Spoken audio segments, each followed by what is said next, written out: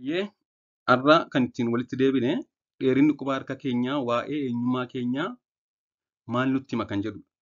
Qorannoon hedduun taasifamanii waa'ee dheerina quba keenyaa fi amala nama sanaa kan agarsiisanii fi irratti walii galan isinitti hima. Mee waa'ee dheerina quba keenyaa erga dubbannee booda amala keenya maal nutti hima kan jedhu haa ilaallu. Mee isinis quba keessan ilaalaa. Isa kam keessatti argamtu?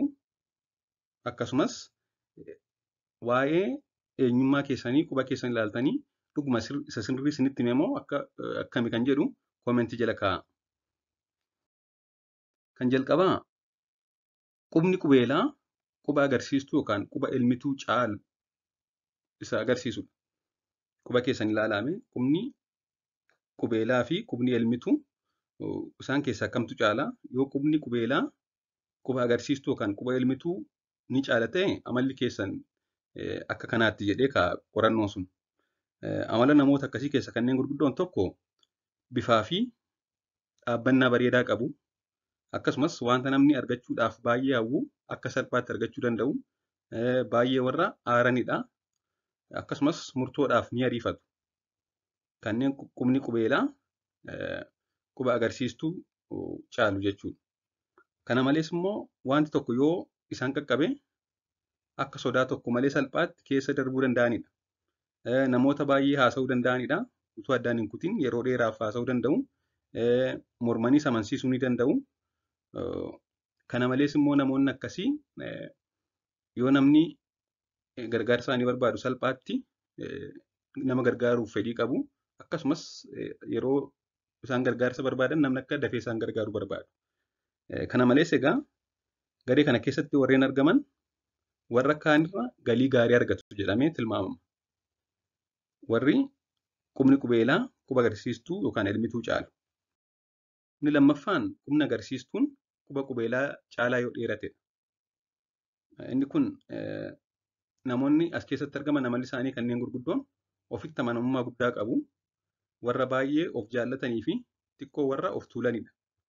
Akkasumas kophaa ta'uun kan isaan gammachiisuu fi yeroo boqonnaa isaanii jeeqamuu tasuma kan hin feenedha. Kophaa ta'uu jaallatu warra akkasii. Akkasumas jaalala keessa seenuu baay'ee sodaatu. Ija namootaa keessa lixuuf baay'ee barbaadu. Baay'ees carraaqqii godhu. Attenshinii keessa seenuuf jechuudha. Warri sadaffaa immoo qubni lamaan walqixa yoo ta'an. Qubni agarsiistuus qubni qubeelaas yoo dheerinni isaanii walqixxaate. Namoonni akkasii yeroo baay'ee amalli isaanii namoota nagaa jaallatanidha. Lafa lollii fi wal falmiin jiru tasuma ga'uu hin fedhanii. Namoonni kun wantoota xiyyeeffannoo guddaadhaan ilaalu. Wantoota adda addaa attention yookaan xiyyeeffannoo guddaadhaan ilaalu.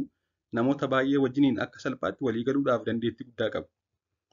Walitti dhufeenya jaalalaatiif amanamummaa fi garaa qulqulluu qabu. Amalli isaanii baay'ee gaariidha. Jaalallee isaaniif of eeggannoo guddaa godhu. Akkasumas akka gaariitti kunuunsu jechuudha. Darbiroon dheerina quba gidduu fi amala nama sanaadha. Akkasumas jireenya nama sanaa. Dheerinni quba gidduu kan baay'ee gaariidha jedhamu santimeetira 9 yoo ta'edha kan nama guddaa tokko.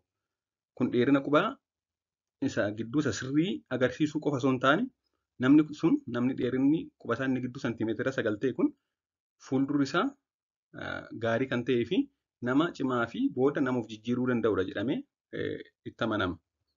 Akkasumas yoo kanaa ol dheerate immoo santimeetira 9 ol kanneen dheeratu qubni isaanii inni gidduun yeroo hedduu jireenyii fi dalagaan isaanii bu'aa bayii kan baay'atuu fi kufuuf ka'uun kan guutamedha. Dheerinni quba isaanii inni gidduun yoo baay'ee dheeraa ta'e santimeetira 9 ol yoo ta'e namoonni akkasii yeroo hedduu bu'aa bayii hedduutu isaan mudata jireenya keessatti. Namoonni akkasii seera baay'ee sodaatu. Waan hunda sireesii ilaaluu garuu amanamoodha. Kanneen qubni gidduu isaanii immoo santimeetira 9 gadi gabaabbatu immoo yeroo hedduu yaada mataa isaanii malee dhimma seeraan qabanii hojiif jireenya keessattis bu'aa bayiin hedduun isaan hin qunnamu. Jireenya isaanii keessatti baay'ee qormaata hin argan jechuudha. Kun egaa kan qorannoon agarsiisudha. Waan dhaggeeffattaniif galatoomaa. Mee kan keessan immoo kamidha? Dhuguma waa'een quba keenyaa amala keenya sirriitti nutti meera kan jedhu koomentii jala naa kaa'a. Turtii gaarii.